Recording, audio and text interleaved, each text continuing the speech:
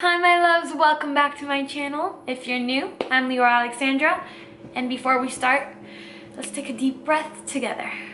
I know this is different, but I've been doing it before recording the video, and I started thinking maybe I should do it during the video so we can all do it together and align together. So let's take one moment to fill our bellies with air and then breathe out, and we're going to breathe in and out 3 times.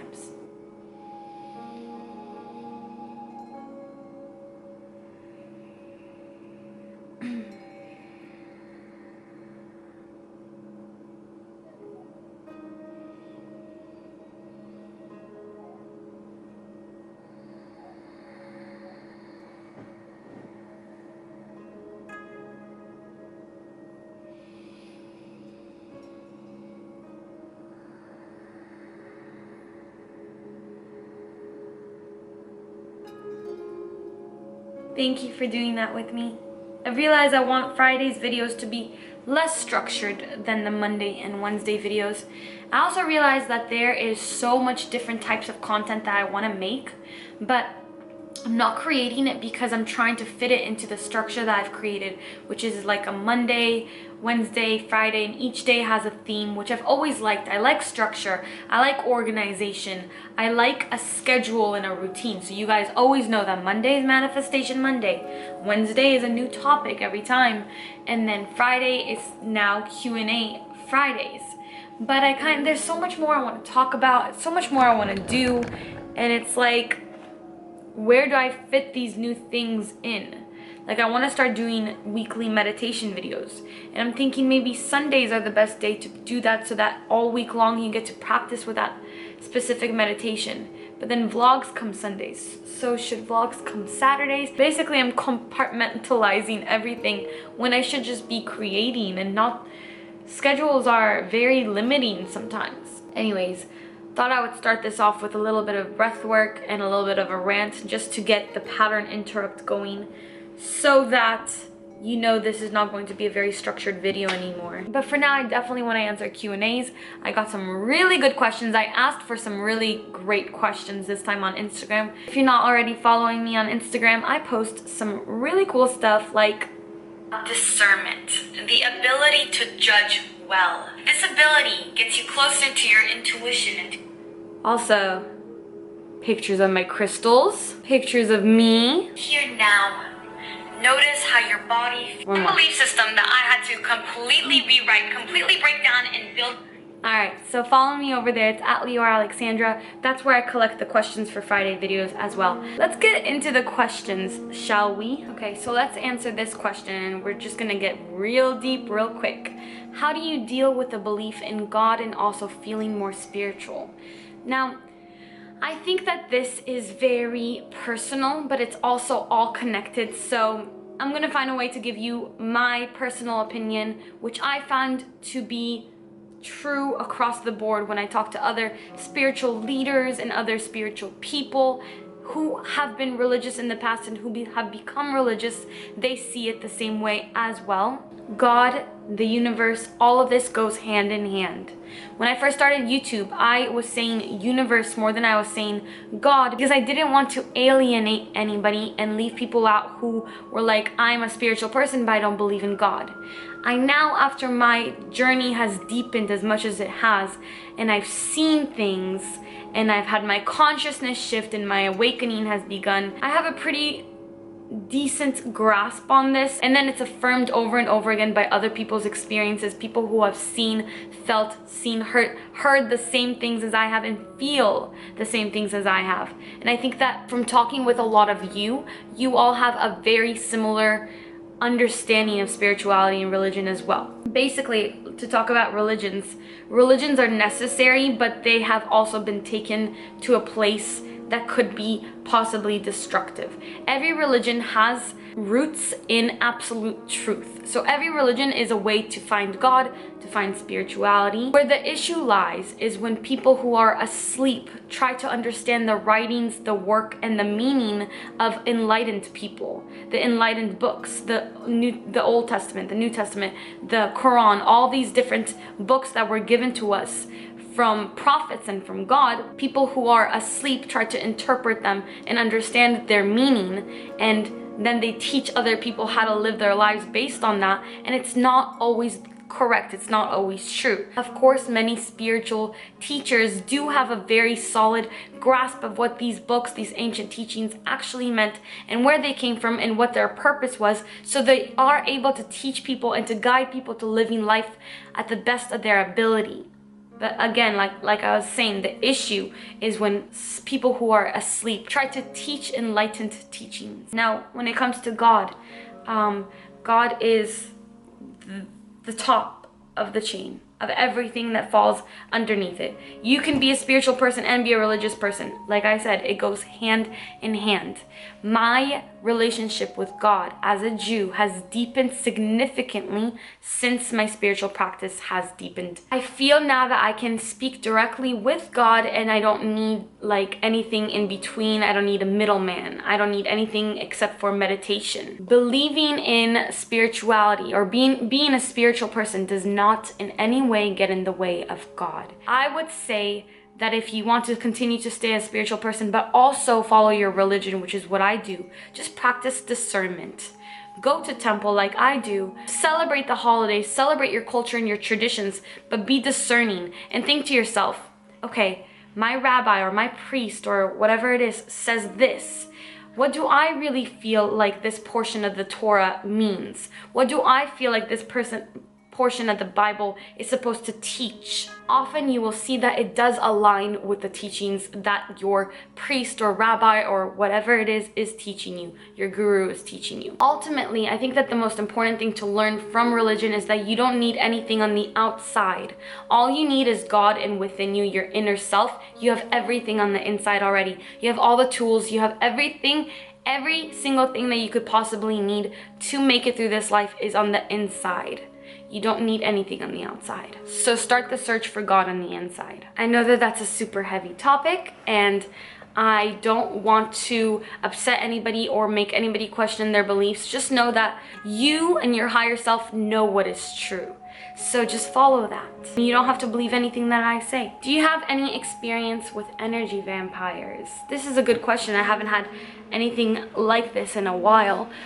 Yes, I've had an experience with an energy vampire. I've had several experiences, but one that was notable was in my college days. There was this girl that was like going after the same job I was going for after college. She was going after the same internships. She was so much more energetic than I was.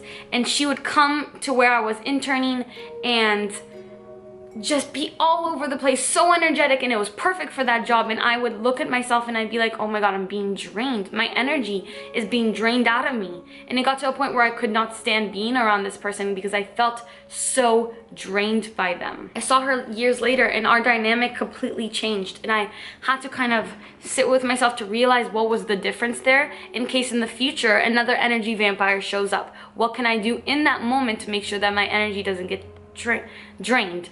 What I realized was, years later, I'm so confident. I love myself. I know my purpose and I'm following my dreams. When I was in college, I was following a different dream that wasn't fulfilling to me. So now I know my purpose and I know my dream. This self-esteem, this new self-image that I have where I'm self-reliant and I know that I got it going on, that created a sort of shield around me, and I was able to be with her for several days and feel not drained at all and really enjoy her company, actually. And I don't think that she changed at all because she was exactly the same. She was behaving the same as she was years ago. So it was really just a shift in myself and loving myself more, my self-image, and also just knowing that my energy is important and that it's up to me who I give my energy to. Someone asked, how do I get myself out of a rut when I know all the things I should be doing but can't? I understand that feeling. All I want to say, it's really quick advice. My advice is to stop judging yourself. You might just be going through a time where your body and your soul need rest. We live in this world where it's like hustle, hustle, hustle, hustle. And if you're not hustling as hard as everybody else, you start to judge yourself. You start to question whether you're deserving of the things that you want, whether you're ever going to get them. My best advice is to not judge yourself. If you're feeling tired, if you're feeling sad, if you're just not feeling it, stop judging yourself and let yourself feel it a little bit, because what you resist persists. So when you stop resisting, you'll see that the desire to start doing the things that you want to do will come back naturally. But if you're chasing it and judging yourself, it's just going to keep being put off. Another good question. If I'm awakened, does that mean that I should remember who I was before this life? There are no shoulds. Some people remember who they were before, some people don't. It took me, I never had a realization of past lives or anything till very recently during meditation, when I actually saw a significant past life. It did help out my spiritual journey, and I was able to understand why I have certain qualities in myself and certain limiting beliefs that wouldn't necessarily come from this lifetime, but they come from a past life. I was able to identify that through seeing this, but those kind of realizations can come from several different places. You don't have to know if you've ever had past lives. It's not that important, honestly. Someone said, how to believe in the universe when you can't manifest small or big things. Like, I know that I have many of you out there watching with me right now who are immediately like, limiting belief, resistance, blockages. That statement was full of limiting beliefs, resistance, and blockages. You believe that you can't manifest something big or small. That's so silly, babe. You literally manifested your entire existence. Everything that you do is manifested. The law of attraction works whether you believe in it or not. All we're doing here is becoming conscious of manifesting. We're becoming the divine conscious creator beings that we were meant to be. Instead of being dragged and pulled by the whims of society and the whims of other people, we are consciously creating, consciously engineering our life. So whether you like it or not, whether you believe in it or not, the law of attraction exists and the universe does work on your behalf or not on your behalf. All you have to do is to step into the role of a creator. And then you'll start manifesting and you'll see it all comes to you. If the universe gives you whatever you deserve, why do we need law of attraction? I think saying that the universe gives you whatever you deserve is just one of those meme quotes that a lot of people circulate. It's not so much that. Karma does exist, but it's not so much as the universe gives you whatever you deserve. It's not so much that be an amazing human being and only amazing things will happen to you. Mindset is very important. The things that you talk about are very important. The things that you believe manifest. Whatever you believe manifests into your reality. And the universe is impartial. There's no right or wrong, no big or small. So it doesn't give you whatever you deserve. It doesn't work like that. It gives you whatever you attract through your thoughts, beliefs, emotions, and through your energy. Someone asked, if we are to let go after we set our intentions, why are meditation affirmations to be done for 21 days? I think you're talking about my heart chakra one. That one, okay, first of all, there's a common belief that habits are rewritten in 21 days. I actually looked into this and it's more like 66 days, something like that, 61 days, 66 days. However, because we've all contributed to this belief so much over and over again. 21 days to break a habit, 21 days to create a new habit. We are now, as humans, able to create and break habits in that time frame most efficiently. So the meditation affirmations are supposed to reprogram your subconscious mind by doing it for 21 days, but really you can do it one time and have it work just as well. It's all about our belief system, and like I was saying, our human belief system is 21 days to create a habit. So that's why we do it for 21 days. Also, letting go doesn't necessarily mean not doing something anymore. It just means detaching energetically from the it means detaching energetically from the result. So it's like, you know it's coming to you, so you're just chill, you're relaxed, you're excited for it to come, but you've let it go. It's not necessarily not doing anything anymore. I think that's enough questions for this Friday Q&A. I hope you guys enjoyed. I hope that one of these helped you, and if one did, let me know in the comments below if there's one of them that you'd like me to expand on and go into a full video on.